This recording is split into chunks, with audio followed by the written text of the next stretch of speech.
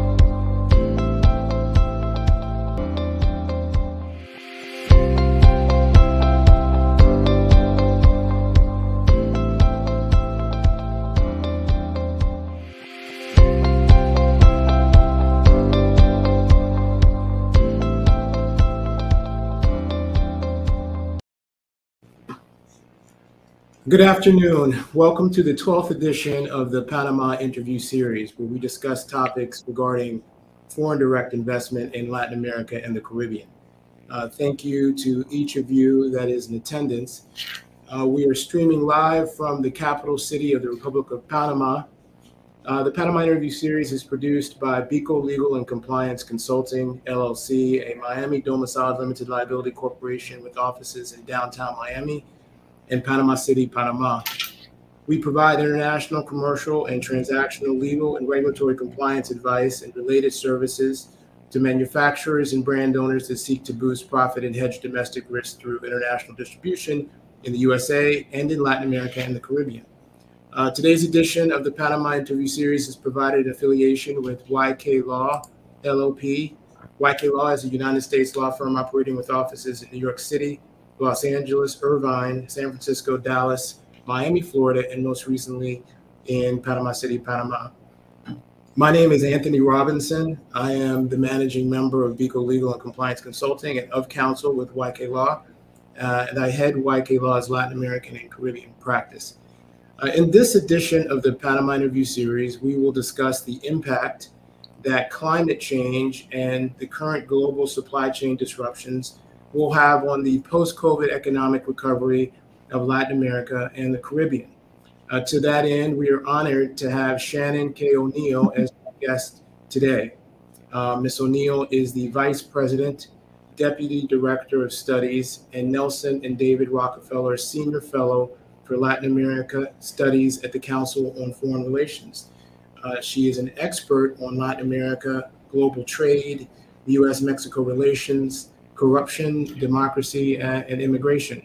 Shannon is the author of the forthcoming book, The Globalization Myth, Why Regions Matter, which chronicles the rise of three main global manufacturing and supply chain hubs and what they mean for U.S. economic competitiveness.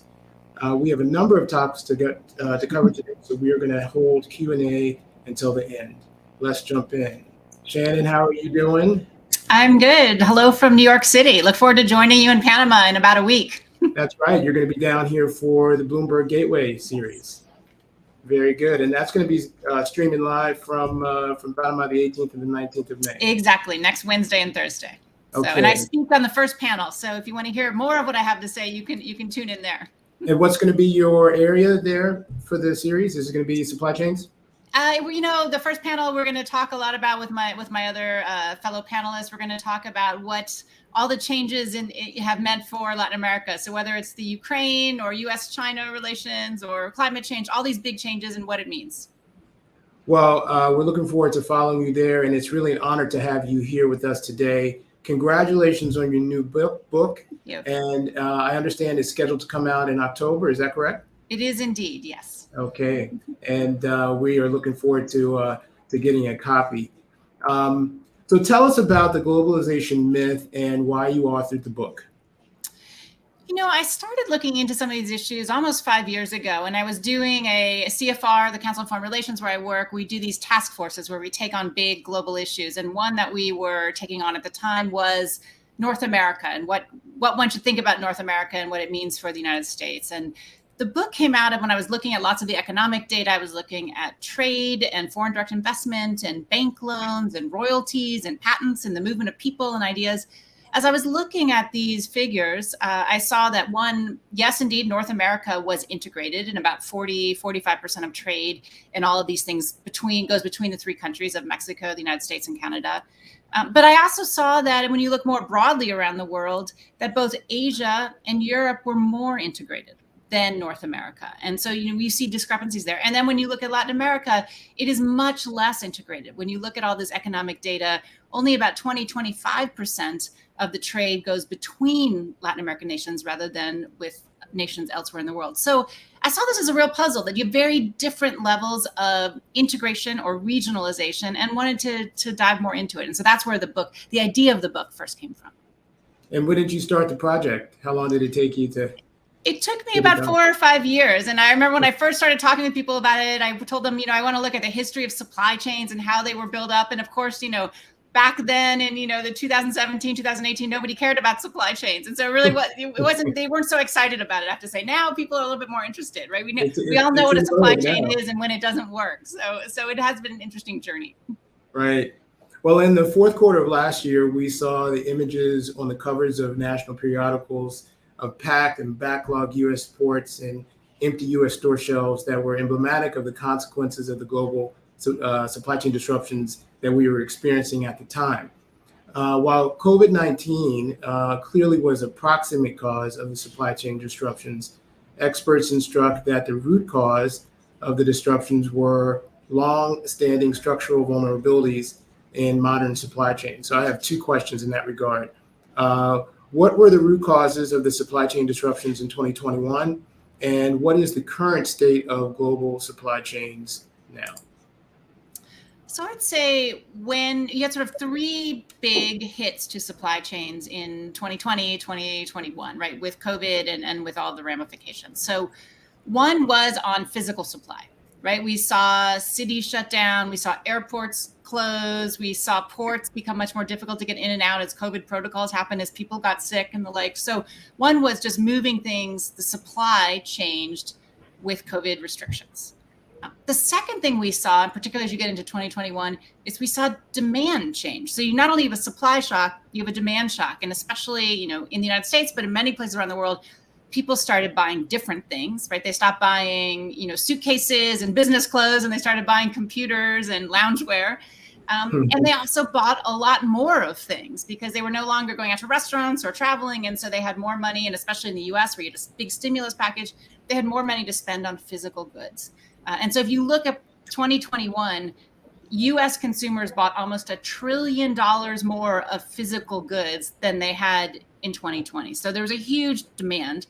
And then the other thing that you saw was a logistics shock. So, ships were on the wrong side of the ocean in terms of where the goods were and where they were going.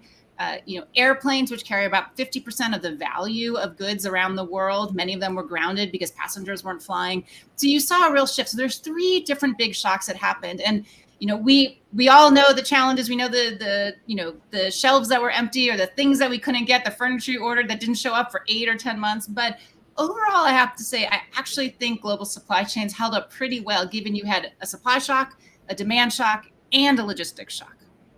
So are we past all of the worst of it and somewhat back to normal, or no?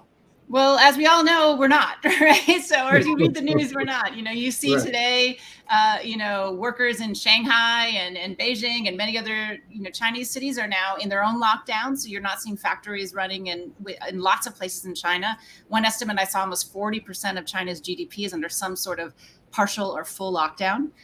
We've had a war between the Ukraine and Russia, which have also changed supply chains. Rails aren't moving in and out of Russia. Boats aren't moving in and out of the port of Odessa and other places. Planes are going around that airspace. So you see lots of shocks too from that side. And you still are working through some of the shifts in demand and logistics that were there from the beginning. So I think some things have gotten better, but we've also seen a piling on of new factors. So we are going to see pretty rough seas, I think, for our supply chains throughout the rest of this year in 2022. Well, Latin America and the Caribbean is trying to grow its way out of the recession caused by COVID-19, and nearshoring initiatives promise to play a key role in the recovery efforts. However, President Biden has instructed U.S. government agencies to identify strategies to revitalize and rebuild domestic manufacturing capacity by bringing jobs overseas back to the United States, or in other words, by reshoring. How will the Biden administration's reshoring policies affect Latin America and the Caribbean's ability to use nearshoring to recover economically from the pandemic? So I think there is a big opportunity for Latin America. And one thing we have seen over the last almost decade is a moving around of supply chains. And partly that's before COVID. So partly there are a lot of factors that started changing in the 2010s that made it more attractive to produce things in different places than before. You look at the 1990s, 2000s, China just had a huge excess of labor. It was low cost labor, and the customization, these big, economies of scale and things really mattered for goods. And you're starting to see a change of that. You see automation becoming increasingly important. So rates are less important relatively than perhaps they were in the past. You start seeing, next day delivery, people expecting with Amazon, people expecting everything on their doorstep right away. And so long lead times across the Pacific Ocean in terms of, on container ships and the like are less profitable than they once were. You start seeing Chinese demographics changing themselves. And today in China, more people are leaving the labor market than entering the labor market every day. Mm-hmm. So a lot of these changes were already opening up space for supply chains or production to move to other places than that sort of huge force that China has been since the 1980s or 1990s. That was accelerated by COVID, right? People got worried about logistics, and we had problems with logistics, which we just talked about. So trying to bring things closer to the final market, so particularly the US market for Latin America. And then we are seeing these real big geopolitical divides between the US and China. And then, as we all know, in the last several months between, Russia, Ukraine, US, China, that there's more of these divides. And so producing closer is also attractive. So all of this suggests that there's a real opportunity for Latin America. And the question is, how do they take advantage of it? Back to your question, I would say that, the Biden administration had this big plan to bring back 4 critical supply chains to the U.S. Those are semiconductors, large capacity batteries, pharmaceuticals, all sorts of critical minerals. But what they will find, and what Europe will find, and others who are trying to do this, is you can't do it alone.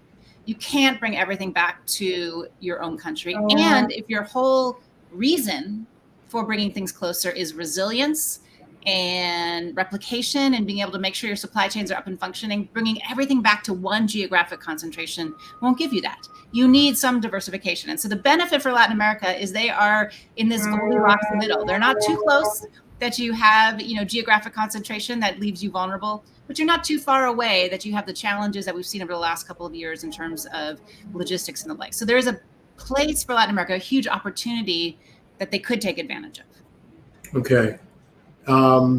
So are the reshoring efforts of the Biden administration at odds with nearshoring initiatives, or is there a way that they can work together? I think it's an and. Some things will be reshored, and efforts of the Biden administration to move things closer will also allow nearshoring. And because some of the things that the U.S. wants to bring back, there's 36 different critical minerals that are listed in the Department of Defense reports as critical to national security. Some of those the United States doesn't even have, and many are quite abundant in Latin America. So I think there's some areas such as that. Other areas, the pharmaceutical side, even the large capacity batteries and the like, yes, some can come back to the United States, but why not have some resiliency, have some duplication across a couple of nations, across other allies and the like, so everybody has some of this production, which makes it more resilient. If the reason is national security and resiliency, then having it spread out a bit actually helps the United States meet those goals. And if some of the production or some of the mining and some of the refining that like are put in Latin American countries, it's beneficial for those countries. They too have access to those particular products or those particular minerals. And it brings economic growth, it brings jobs, it brings other kinds of activities. So I think that it sounds like nearshoring and reshoring are shades of the same dynamic or phenomenon. I think it is. It's bringing it closer from a distance, both closer in terms of geography, but also closer in terms of values and partnerships and ties. And one of the things that we know around the world is the United States does not have all that many free trade agreements. We only have free trade agreements with about 10% of the global GDP. But the ones that we have, most of them are in the Western Hemisphere. Most of them are with Latin America. And so there, I do think we already have a platform or a basis for these connected supply chains within the region. They just haven't been taken advantage of in the last few decades as much as they could have been. Understood. Understanding that, is there political support for a more extreme aspect of reshoring that it involves repatriation of onshoring activities from China and the regime? I know that we're talking about there's some give and take, but are there political forces within the administration or within the government and they really want to take a more extreme position on reshoring? I mean, sure there are, right? And there are throughout the United States. And it depends, I think, on the sectors that we're talking about. So there are particular sectors, for instance, right now, working its way through the U.S. House and Senate is a bill called the U.S. Competes Bill. One version is called that. And that involves some $50 billion to help reshore semiconductors. It also has a lot of other money for lots of other things. Now, there are many, including those who are working on this bill, who believe that should be in the United States. We should have control of those things and have it be domestically produced. Now, we can argue about, or we can talk about the good and the bad of that and what that might mean, but there is that element. But the larger picture, I think, coming out of the United States and also coming out of Europe and other places where there's this return of industrial policy, there's this return of this idea that government should be guiding markets for safety, for resiliency, for national security reasons, for health reasons, for climate change reasons, for all these other goals that governments and societies have. I do think there is an opening there and just a reality that they will face that not everything can come home. And so even a small percentage, if it comes out of Asia or comes out of other parts of the world and comes closer to the United States, can benefit Latin America. Because as you look around, these are the places. Geographically, they're closer. In terms of free trade, there's already a setup for U.S. multinationals and other companies to have protections, to have sort of, the rules of the road laid out there. And many countries in Latin America already have a lot of capacity in these areas. They already produce pharmaceuticals. They already have critical minerals. They already have sort of the basis for many of these areas that the U.S. and other nations have designated as really important to have a closer eye on. Okay.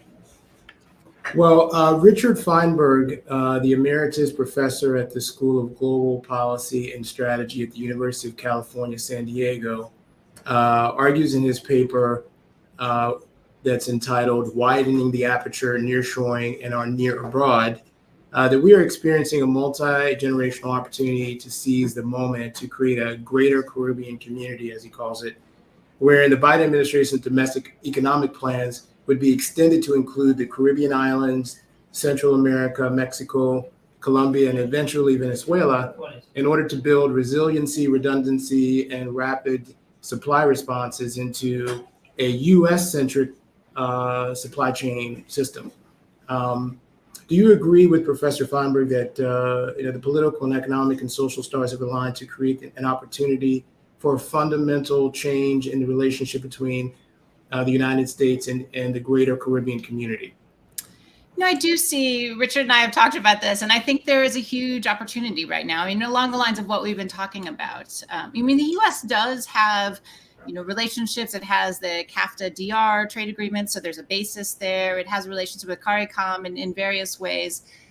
But as you're looking to bring some critical production home, you look closer. And there, obviously the Caribbean and Central America are much closer than other places. We've also seen, even leaving aside quote unquote critical issues for national security, or critical products for national security, I think there's a real opening for these areas for things that, in the last 20, 30 years have gone to Asia, things like textiles and apparel and the like. I think some of these market forces that are changing, the rise of automation, the need for faster delivery, right? More turnover. You can't wait 6 months to get the next fashionable t-shirt or outfit, right? You want things to be done closer. I think there is a benefit or a potential for the Caribbean and Central America to take advantage of that. You already have those industries.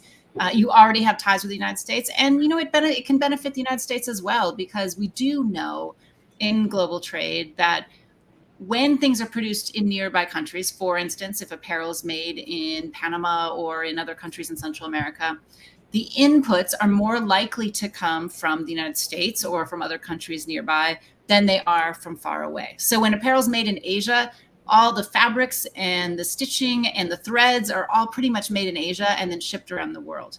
If you brought that home to places in Central America, you probably would end up buying, snaps and zippers and other things that are made in the United States or other nearby nations. So I think there's a benefit to be had there that will be driven primarily by the private sector as they make these cost-benefit analyses. Okay. Another question that, based on Professor Feinberg's research, he states in his white paper that the Biden administration has signaled its intention to include the greater Caribbean community countries in its climate change and sustainability energy plans. So accordingly, Professor Feinberg believes that the Biden administration may be inclined to include these countries, the greater Caribbean community, in other proposed initiatives such as infrastructure development, deepening digitalization, education and workforce training, and the construction of business parks that feed U.S.-led global supply chains. So do you see a domestic political appetite to include Central American and Caribbean countries in major U.S. national economic initiatives in order to build and support U.S. supply chains? You know, we've started to see some initiatives there, and I think the most advanced ones are for Central America and in part related to the challenges of migration.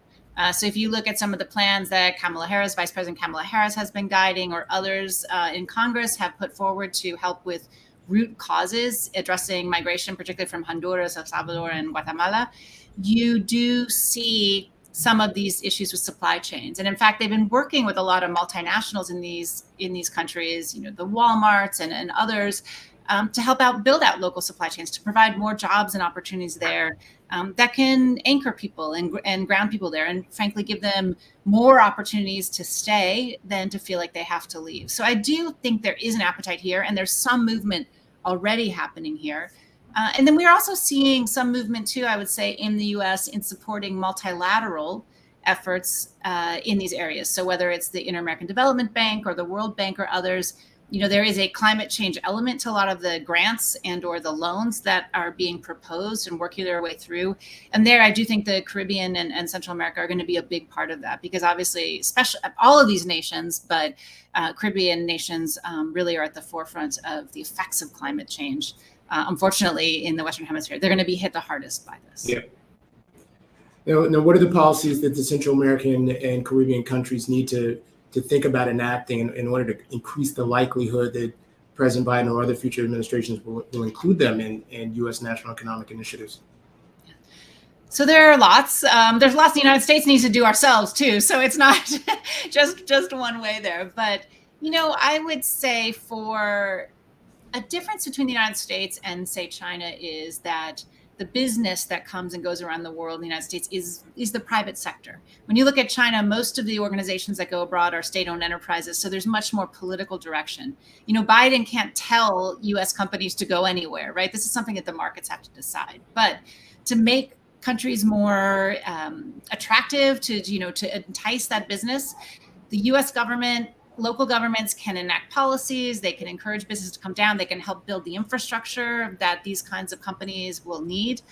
They can help train workers so that they actually can participate and be productive in the plants or the factories or the operations that are coming. Those are important things. And then I do think one of the biggest issues for multinationals and others that are coming to look to invest in other countries to put production in places is, you know, transparency, accountability, that they will be able to guide their operations in ways that are market-based, right? That they know if they bring in money, they bring in technology, they bring in expertise, that they can make the products that they need to make, and then also send them out to the customers that they have waiting wherever they are in the world.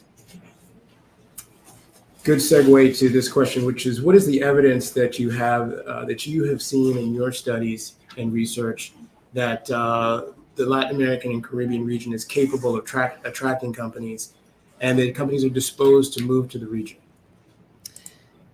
So we have seen lots of companies come to the region.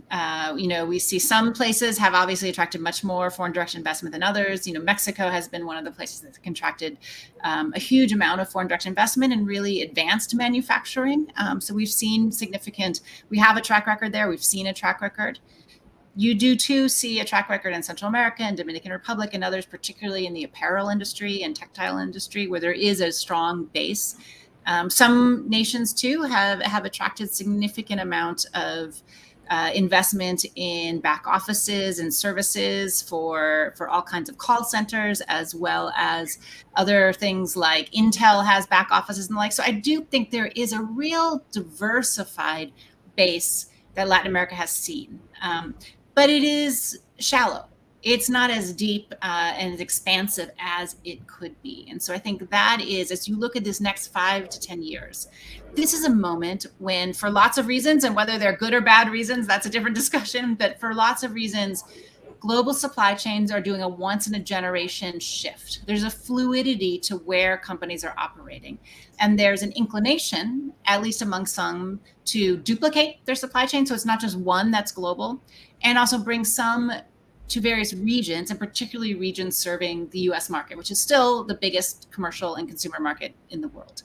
So all of that lays the groundwork for Latin America to be a recipient of lots of foreign direct investment, lots of local investment for companies that are run by locals, right, by people at home. It doesn't have to be just those coming in from outside, but that can supply these newly recreating supply chains. So this is a moment. And the real question is whether Latin American nations, through the policies they put in place or local investment and the business sector in each of these countries, takes advantage of it.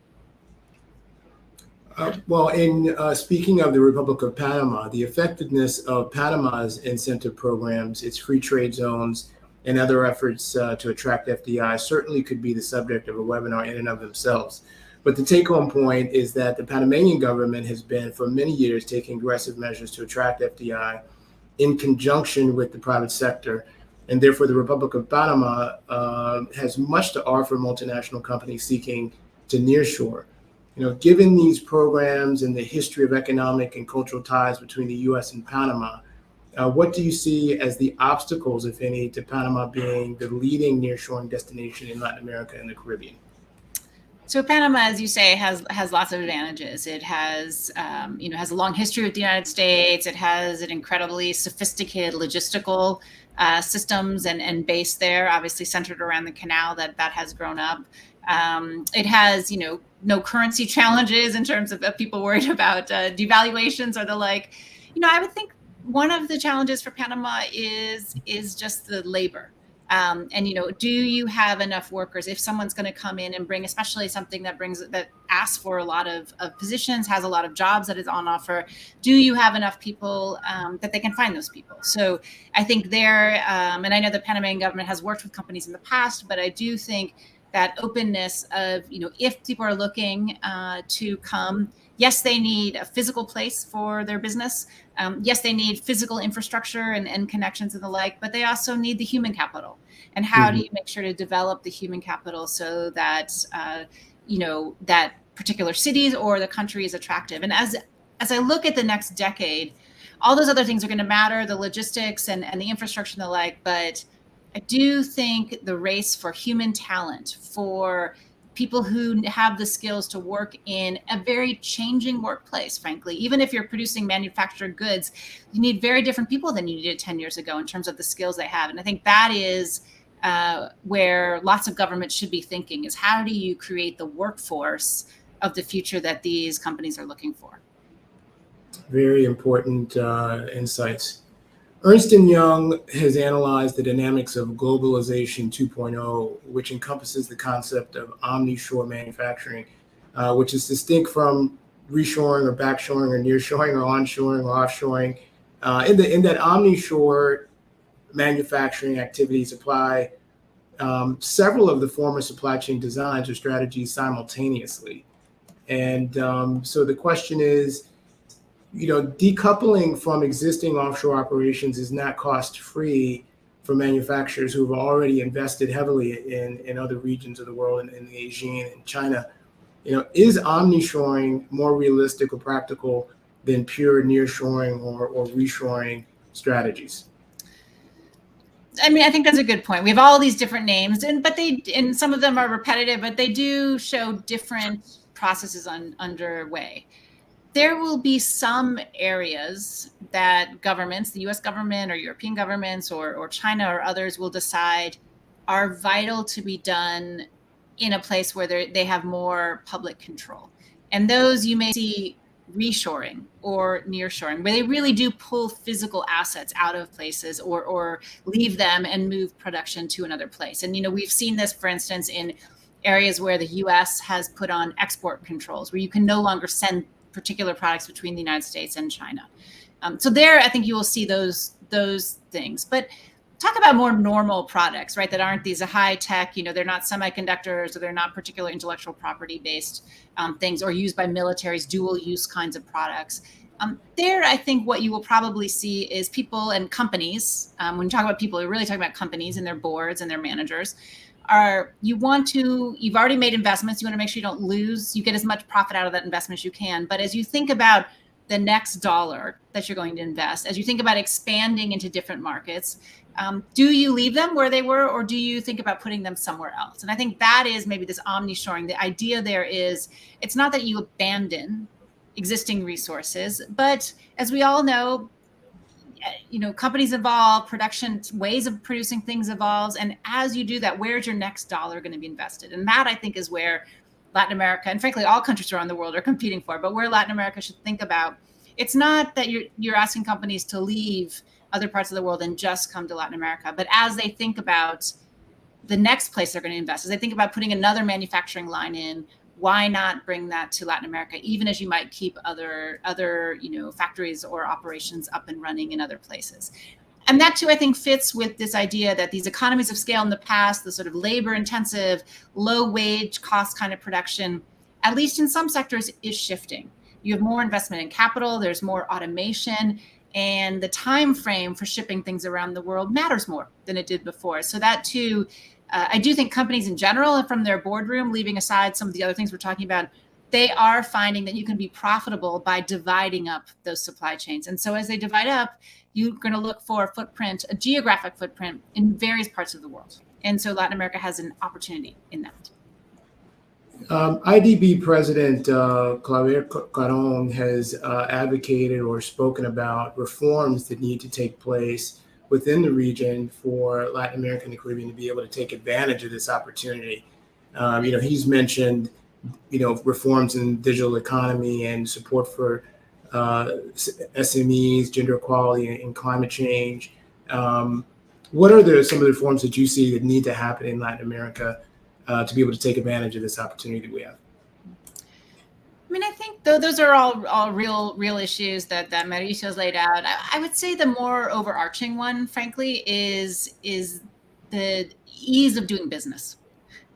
So that's everything from investing in infrastructure that reduces logistics costs. Latin America, unfortunately, it's pretty expensive to move stuff around a country and then around a region. So lowering those costs, you might be able at the plant or in the factory to make something in a really competitive way. But if you add another 10, 15, 20% to just get it to ports or get it to markets, then you're not competitive vis-a-vis other places around the world. So I think that's one side.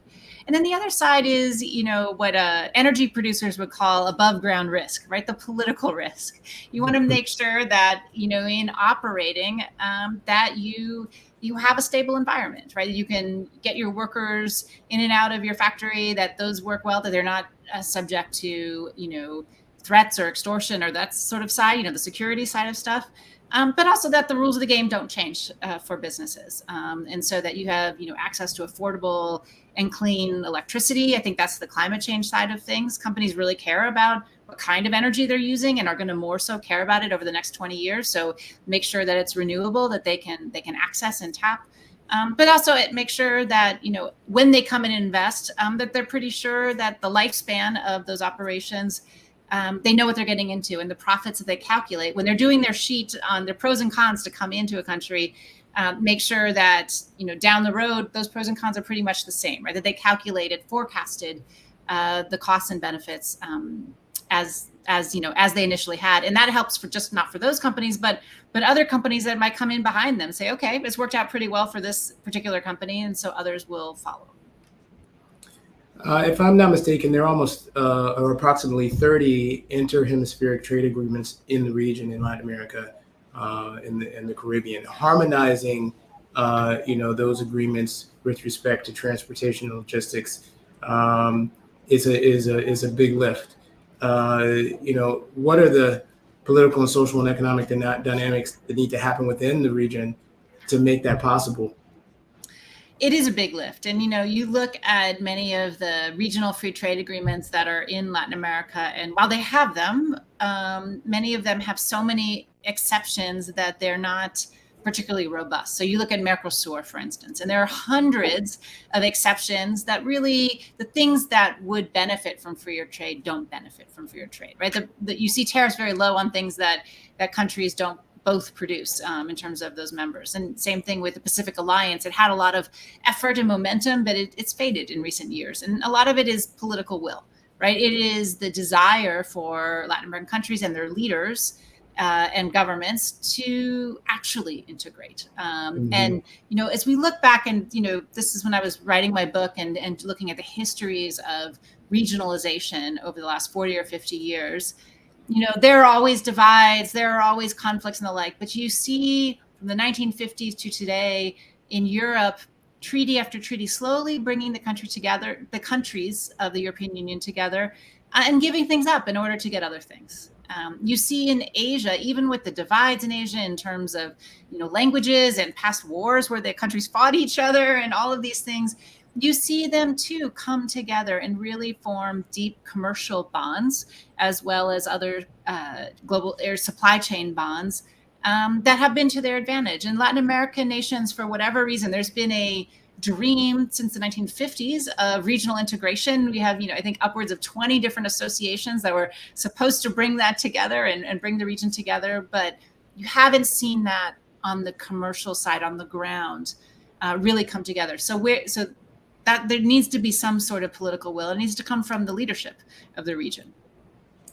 So let's turn to climate change, green economic growth, and government oversight.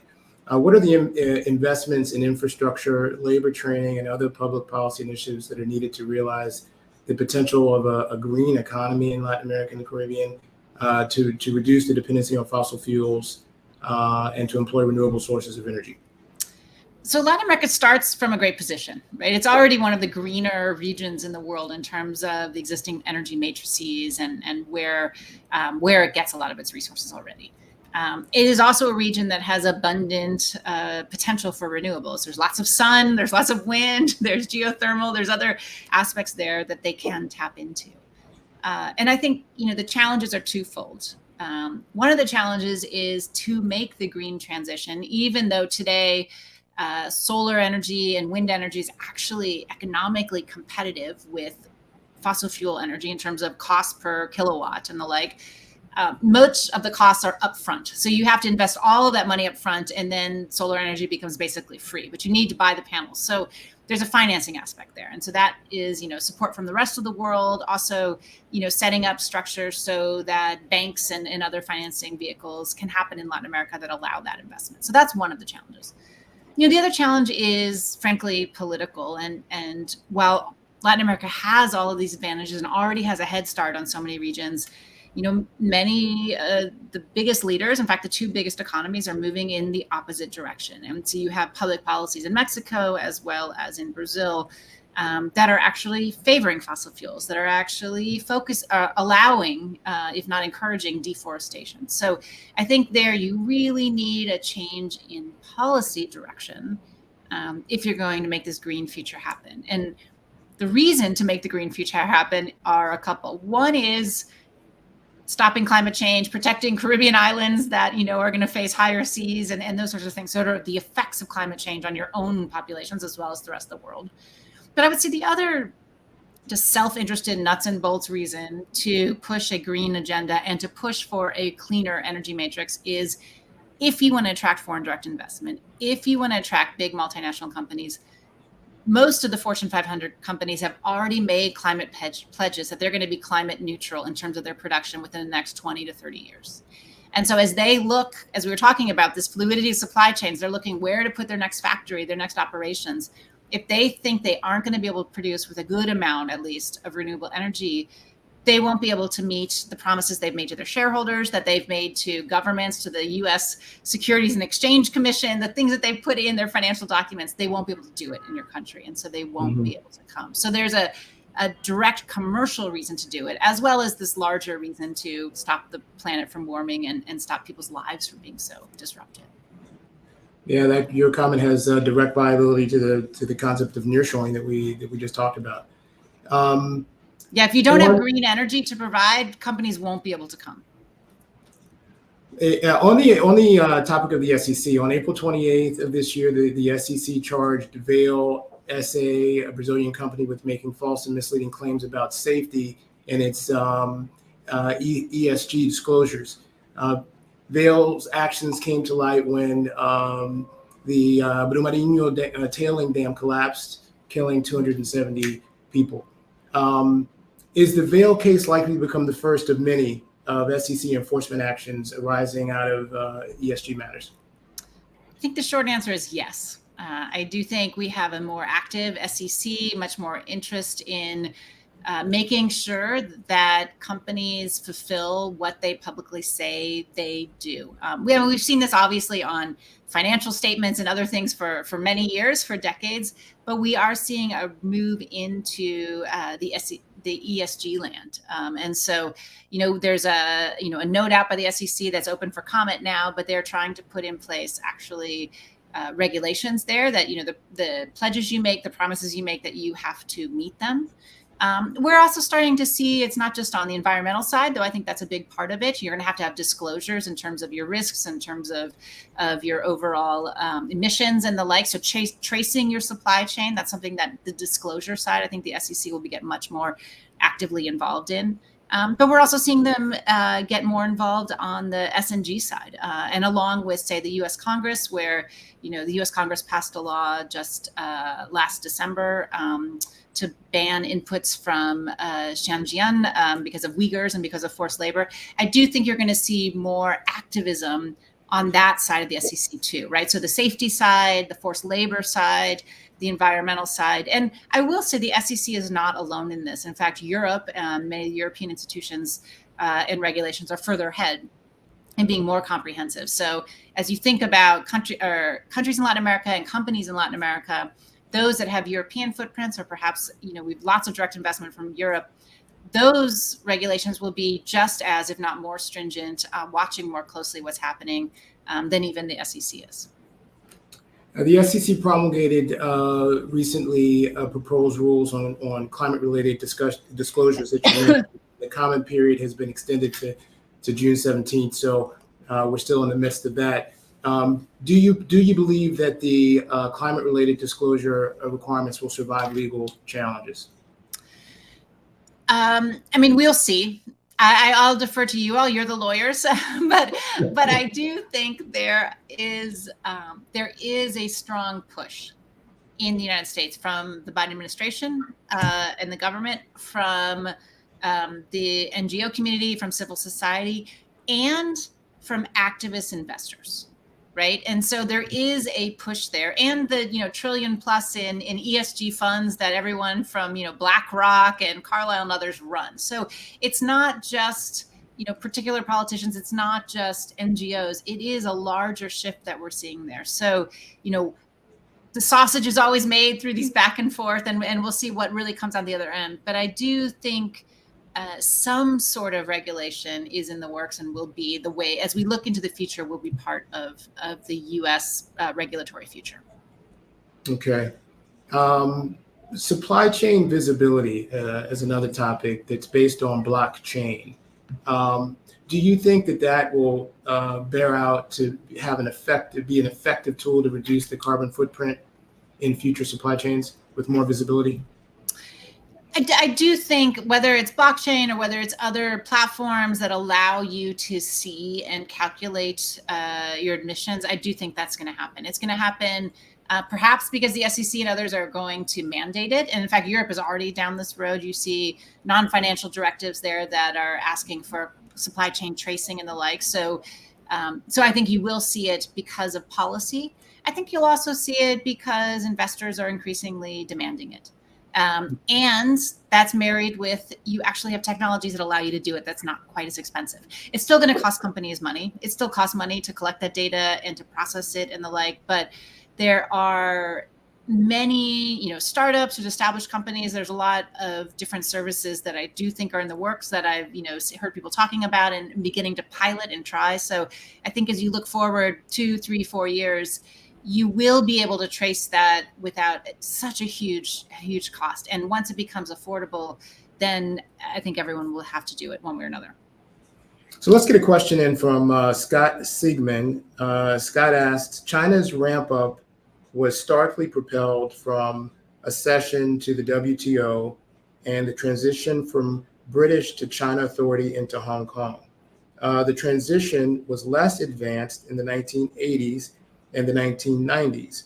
Rather, the stage was set, the catalyst was put in place, and the dramatic increase in China trade globally took place post 1999. I think that's a comment more so than a question. Yeah. So, I mean, that is the history. Well, one thing I would say that's really fascinating, though, about China's role in all of this is, we often in our discussions talk about China as sui generis, as it's just China. But, as I did the research for this book, really what the United States or Europe, others are competing against is Asia. And it's these regional supply chains. Yes, China is at the center of them, for sure. But it's really these regional supply chains that bring such strength and such competitiveness, right? So we talk about, iPhones coming out of China and they make iPhones. It's like, well, they do. But actually, much of the value of that iPhone, some is made in, Silicon Valley and the intellectual property and the like. But, the screens come from Japan. The semiconductors come from South Korea. The microphones come from Malaysia. They come from all over. And they come into China and are assembled and then sent out to us. And I think that's just one example. You can do it across all kinds of products. But it's one example of this integration, this regionalization that makes countries so competitive. And so China was coming into its own in the 1980s and 90s as it opened up. In fact, the biggest foreign direct investment during the 80s and 90s was actually from Asian countries, not from the US and Europe put a lot of money in, but really Asian companies were the ones that went in. Japanese companies, South Korean companies, Taiwanese companies, all went in there first, and in fact, in a bigger way than some of the the more Western companies that we think a lot about. So as we look forward, China's still there, but China has this larger community around it that it has reinforced with trade agreements like RCEP, the Regional Comprehensive Economic Partnership, with 14 other countries. So think about these things, or I think about these things as sort of regional strengths, and particularly for Latin America. How do you find those neighbors? How do you find those partners that will allow you to do what China's done over these last 30, 40 years? We've covered a lot of issues, and your ability to talk in depth and with expertise on so many different issues is really wonderful. The last question, earlier this year in March, Panama put in place a new law granting nature the right to exist. The legislation will come into effect next year, requires that the government's future policy respect the rights of Panama's ecosystems, including tropical forest, rivers, and mangroves. Panama now joins countries including Colombia, New Zealand, Chile, Mexico, which have granted nature legal protection either through their constitutions or their court systems. What will be the impact of such laws on climate change in the region? Well, we all hope it will help on climate change. And, there's lots of scientific evidence behind there that keeping forests, keeping nature is part of that process. I would also say that those types of laws, many might think, oh, that's going to stop development. That's going to stop economic growth because you're not going to be able to, manufacture and the like. But I also think as we look further into the 21st century, as you think about global economies, it's not just goods, it's services. And as countries and economies become more wealthy, they become more service-based than physical product-based. And so for Panama, for Chile, for Mexico, for other countries that are thinking about this, think about how you grow your services, how you diversify your economy into providing more and higher value services. And one of those services that I think is a huge advantage for Latin America is tourism. And by protecting nature, you have a huge opportunity to expand that particular industry as well. So protecting nature, it's good for climate change, and we should be doing that all around the world, but it also can be good for the bottom line in terms of GDP growth and the like, because it provides a different avenue, but a very profitable avenue for the national economy more broadly. One of my concerns about interviewing you is I was going to leave more on the cutting room floor than I was able to actually talk to you about in our short period of time. But We hope to have more opportunities as we follow you to hear your insights and your opinions, one of which will be next week at the Bloomberg event that will be live streaming, and we'll be following you from Panama. Thank you so very much for your time. We're very appreciative, Ms. O'Neill, and we will be getting a copy of that book as soon as it comes out. Great. Well, thank you all. Pleasure to be with you, and look forward to being in Panama next week. All right. Take care. You take care too. All right.